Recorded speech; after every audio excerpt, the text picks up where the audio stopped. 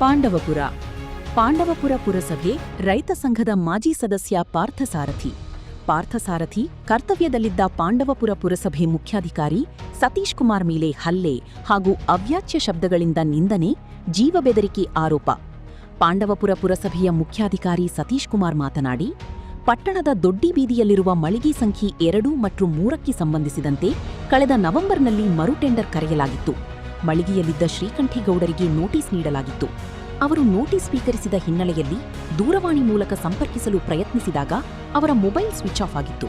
ಬಳಿಕ ನಾಮಫಲಕದಲ್ಲಿ ಅವರ ಮೊಬೈಲ್ ಸಂಖ್ಯೆಗೆ ಕರೆ ಮಾಡಿದಾಗ ಅವರು ಇದರ ಸಂಬಂಧ ಮಾಜಿ ಸದಸ್ಯ ಪಾರ್ಥಸಾರಥಿಯವರನ್ನು ಕಚೇರಿಗೆ ಕರೆತಂದಿದ್ದರು.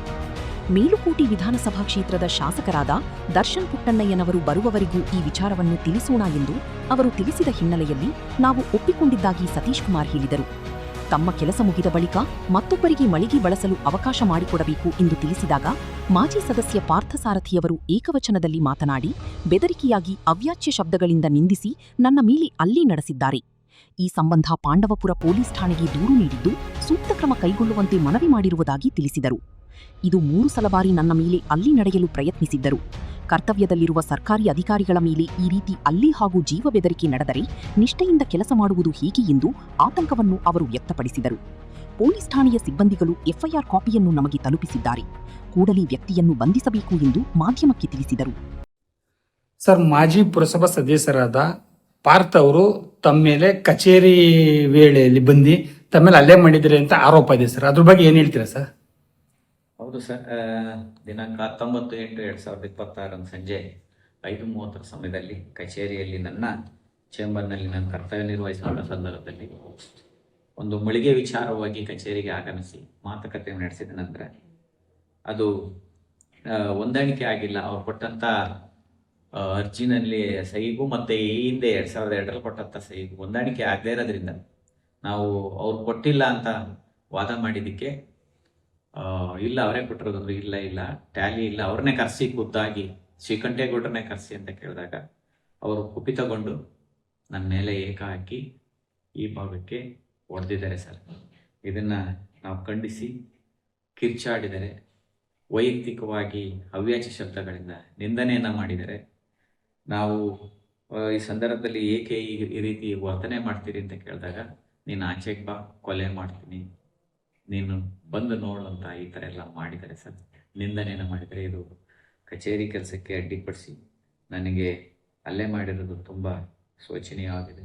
ಕೆಲಸ ಮಾಡಲಿಕ್ಕೆ ನಮಗೂ ಕೂಡ ನಿಸ್ಸಹಾಯಕವಾಗಿ ಕೂತಿದ್ದೀವಿ ಸರ್. ಆ ಸಂದರ್ಭದಲ್ಲಿ ಆ ಕಚೇರಿನಲ್ಲಿ ಮತ್ತೆ ಸಾರ್ವಜನಿಕರು ಎಲ್ಲ ಬಂದು ಅವರನ್ನು ಎಳೆದೋಗಿದ್ದಾರೆ. ಆ ಸಂದರ್ಭದಲ್ಲಿ ಅವ್ರ ಕಡೆಯಿಂದ ಬಂದಂಥ ಚಲುವರಾಜ್ ಮತ್ತು ಕೃಷ್ಣಮೂರ್ತಿಯವರು ಕೂಡ ಈ ಕಚೇರಿಗೆ ಆವರಣದಲ್ಲೇ ಇದ್ದರು.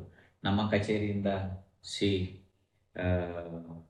ನಾಗೇಶ್ ಅವರು ಕೂಡ ಆ ಸಂಬಂಧ ಫೈಲನ್ನು ಹಿಡ್ಕೊಂಡು ಇದ್ರು ಸರ್. ಅವರನ್ನು ಎಳ್ಕೊಂಡು ಒಳಗಡೆ ಹೋಗಿದ್ದಾರೆ. ಈ ಸಂಬಂಧ ನಾನು ಪಾಂಡವಪುರ ಠಾಣೆಯಲ್ಲಿ ದೂರನ್ನು ದಾಖಲೆ ಮಾಡಿದ್ವಿ. ನಿನ್ನೆ 20ನೇ ತಾರೀಕು 4 ಗಂಟೆಗೆ ಅವ್ರ ಮೇಲೆ ಎಫ್ಐಆರ್ ಆಗಿದೆ ಸರ್. ನಮಗೆ ಈ ರೀತಿ ನಡೆದಂಥ ಸಂದರ್ಭದಲ್ಲಿ ಹೇಗೆ ಕರ್ತವ್ಯ ನಮ್ಮ ಮೇಲೇನೆ, ಒಬ್ಬ ಕಚೇರಿ ಮುಖ್ಯಸ್ಥರ ಮೇಲೆ ಈ ರೀತಿ ಹಲ್ಲೆ ನಡೆದರೆ ಇನ್ನು ಬೇರೆಯವ್ರ ಮೇಲೆ ಯಾವ ರೀತಿ ವರ್ತನೆಯನ್ನ ಮಾಡ್ತಾರೆ ಅನ್ನೋದನ್ನ ತಾವು ಮನಗಾಣಬೇಕಾಗುತ್ತೆ ಸರ್. ಸಾರ್ವಜನಿಕರು ಕರ್ತವ್ಯ ನಿರತ ಅಧಿಕಾರಿ ಮೇಲೆ ಇದೊಂದೇ ಸರ್, ಪ್ರತಿ ಸಲನೂ ಅಲ್ಲೇ ಆಗ್ತಾನೆ ಇದೆ ಎಲ್ಲ ಅಧಿಕಾರಿಗಳ ಮೇಲೆ. ಅದ್ರ ಬಗ್ಗೆ ಸರ್ಕಾರ ಯಾವ ರೀತಿ ಕ್ರಮ ಕೈ ತಗೊಂಡಿಲ್ವಲ್ಲ ಸರ್ ಇನ್ನೂ? ಸರ್, ನನ್ನ ಮೇಲೇನೆ ಇಲ್ಲಿಗೆ ಬಂದಂತ 2 ವರ್ಷದ ಅವಧಿನಲ್ಲಿ 3 ಬಾರಿ ಹಲ್ಲೆ ನಡೆದಿದೆ ಸರ್. ಇದು ಯಾರು ಪಾರ್ಥ ಅನ್ನೋರೇ ಮೇಲೆ ಹಲ್ಲೆ ಮಾಡಿದ್ದಾರೆ. ವಿಡಿಯೋ ಬೆಳೆದಿದೆ ಸರ್. 3 ಬಾರಿ ಹಲ್ಲೆ ಮಾಡಿದ್ದಾರೆ. ಅವಾಗ ಮ್ಯಾನ್ ಹ್ಯಾಂಡ್ಲು ಮಾಡಿರಲಿಲ್ಲ, ಅವ್ಯಾಚ್ಯ ಶಬ್ದಗಳಿಂದ ನಿಂದನೆ ಮಾಡಿದರೆ ವಿಡಿಯೋಗಳು ಇದೆ. ಈ ಬಾರಿ ಮಳಿಗೆಯನ್ನ ನನಗೇನೆ ಮಾಡ್ಕೊಡ್ಬೇಕು ಅಂತ ಹೇಳಿ ಮಾಡ್ಲಿಕ್ಕೆ ಆಗೋದಿಲ್ಲ, ಕಾನೂನಲ್ಲಿ ಅವಕಾಶ ಅಂತ ಅಂದಾಗ ಏಕ್ದಮ್ಮು ನನಗೆ ಹೊಡೆದಿದ್ದಾರೆ ಸರ್. ಇದು ತುಂಬಾ ಶೋಚನೀಯವಾದಂಥ ಸಂಗತಿ ಆಗ್ತದೆ ಸರ್. ಇದ್ರ ಬಗ್ಗೆ ಸಂಬಂಧಪಟ್ಟಂಗೆ ತಾವೇನಾದ್ರು ಜಿಲ್ಲಾಧಿಕಾರಿಗಳಿಗೆ ಏನಾದ್ರು ಲಿಖಿತ ರೂಪದಲ್ಲಿ ದೂರು ಕೊಟ್ಟಿದ್ದೀರಾ? ಖಂಡಿತ ಸರ್. ಇದಾದ ನಂತರ ಮೊನ್ನೆ ಜಿಲ್ಲಾಧಿಕಾರಿಗಳಿಗೆ, ಮೊನ್ನೆ ಆಡಳಿತಾಧಿಕಾರಿಗಳಂತ AC ಅವರಿಗೆ ಮತ್ತೆ ಯೋಜನಾ ನಿರ್ದೇಶಕರಾದ DVDC ಮಂಡ್ಯದವ್ರಿಗೂ ಕೂಡ ನಾವು ಪತ್ರದ ಮುಖೇನ ಅವರಿಗೆ ಅದೇ ಈ ರೀತಿ ಆಗಿದೆ, ನಮಗೆ ರಕ್ಷಣೆ ಕೊಡಿ ಅಂತ ಹೇಳಿ ನಾವು ತಿಳಿಸಿದ್ದೀವಿ ಸರ್. ಶಾಸಕರಾದ ದರ್ಶನ್ ಪುಟ್ಟಣ್ಣಯ್ಯನವರ ರೈತ ಸಂಘದ ಅಭ್ಯರ್ಥಿನೇ ಈ ಸಲ ಪುರಸಭೆಯಲ್ಲಿ ಗೆದ್ದಿ ಮತ್ತೆ ಈಗ ನಿವೃತ್ತಿ ಇದಾಗಿದ್ರೆ ಅವರೇ ಮೇಲೆ ಅಲ್ಲೇ ಮಾಡ್ತಾರೆ ಅಂದ್ರೆ ತಾವೇನಾದ್ರು ದರ್ಶನ್ ಸರ್ ಗಮನಕ್ಕೆ ಏನಾದ್ರು ತಂದಿದ್ದೀರಾ ಸರ್? ಇಲ್ಲ ಸರ್, ಅದು ಪಕ್ಷದಲ್ಲಿದ್ದಾರೆ ಆ ಪಕ್ಷ ಈ ಪಕ್ಷ ಅನ್ನೋದು ಬರೋದಿಲ್ಲ ಸರ್. ಒಬ್ಬ ಸಾರ್ವಜನಿಕ ಆದಂಥವನು ಅಧಿಕಾರಿಗಳ ಮೇಲೆ ಯಾವ ರೀತಿ ಮಾತಾಡಬೇಕು, ಯಾವ ರೀತಿ ವರ್ತನೆ ಮಾಡಬೇಕು, ತನ್ನ ಕೆಲಸಗಳು ಅಥವಾ ತನ್ನ ಪರವಾಗಿ ಬಂದಂಥವ್ರನ್ನ ಕೆಲಸಗಳನ್ನ ಯಾವ ರೀತಿ ಮಾಡಬೇಕು ಅಂತ ಅದಕ್ಕೊಂದು ಕಾನೂನಿದೆ, ಆ ಪ್ರಕಾರವಾಗಿ ಮಾಡಬೇಕಾಗ್ತದೆ ಸರ್. ಇಲ್ಲಿ ಯಾವ ಪಕ್ಷ ಅನ್ನೋದು ಲೆಕ್ಕಕ್ಕೆ ಬರೋದಿಲ್ಲ ಸರ್. ಪ್ರತಿಯೊಬ್ಬ ನಾಗರಿಕ ತನ್ನ ಕರ್ತವ್ಯ, ತನ್ನ ಮಿತಿಯನ್ನು ಅರ್ಥ ಮಾಡ್ಕೊಂಡು ಕೆಲಸ ಮಾತಾಡಬೇಕಾಗ್ತದೆ ಸರ್, ವರ್ತನೆ ಮಾಡಬೇಕಾಗ್ತದೆ ಸರ್. ಎಲ್ಲೋ ಒಂದ್ ಕಡೆ ಪ್ರಾಮಾಣಿಕವಾಗಿ ಕೆಲಸ ಮಾಡ್ತಕ್ಕಂಥ ಅಧಿಕಾರಿಗಳ ಮೇಲೆ ಈ ರೀತಿ ಅಲ್ಲೇ ನಡೆದಾಗ ಕುಂದು ಹೋಗ್ಬಿಡ್ತಾರೆ. ತಮ್ಗೇನಾರು ಅದ್ರ ಬಗ್ಗೆ ಏನೋ ಇದೆ ಆಗಿದೆ ಸರ್? ಖಂಡಿತವಾಗ್ಲೂ ಸರ್, ನಾನು ಈ ಹಿಂದೆ KRPT ಕೆಲಸ ಮಾಡಬೇಕಾದ್ರೂ ಕೂಡ ಒಳ್ಳೆ ಸರ್ಕಾರದ ಆಸ್ತಿಯನ್ನು ಉಳಿಸುವಂಥ ಸಂದರ್ಭದಲ್ಲಿ ನನ್ನ ಮೇಲೆ ಅಲ್ಲೇ ನಡೆದಿತ್ತು ಸರ್. ಬಟ್ ಅದಕ್ಕೆಲ್ಲ ಸರ್ಕಾರ ತುಂಬ ಸೂಕ್ತ ರಕ್ಷಣೆ ಕೊಟ್ಟಿತ್ತು. ಈ ಕಚೇರಿಗೆ ಬಂದಂಥ ಸಂದರ್ಭದಲ್ಲೂ ಕೂಡ ಹಲವಾರು 20 ರಿಂದ 25 ವರ್ಷ ನೆನೆಗುದಿಗೆ ಬಿದ್ದಂಥ ಕರ್ತವ್ಯಗಳನ್ನು ಕೂಡ ನಾನು ಮಾಡಿದ್ದೀನಿ.